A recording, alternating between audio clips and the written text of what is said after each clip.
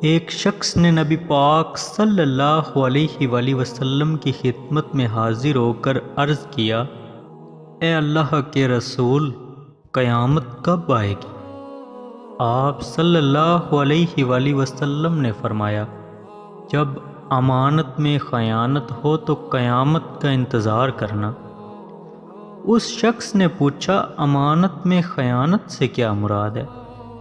آپ صلی اللہ علیہ وآلہ وسلم نے فرمایا، امانت میں خیانت یہ ہے کہ معاملات نااہل لوگوں کے سپرد کر دیے جائیں۔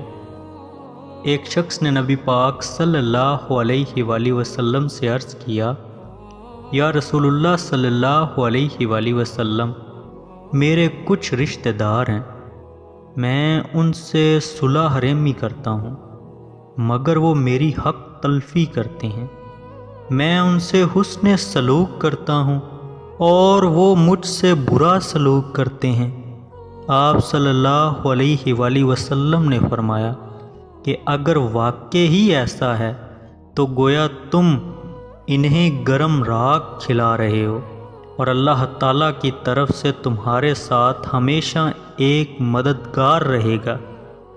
حضرت سعد رضی اللہ تعالیٰ عنہ سے روایت ہے کہ اللہ کے رسول نے فرمایا، اللہ تعالیٰ متقی، غنی اور گمنام بندے کو پسند فرماتا ہے۔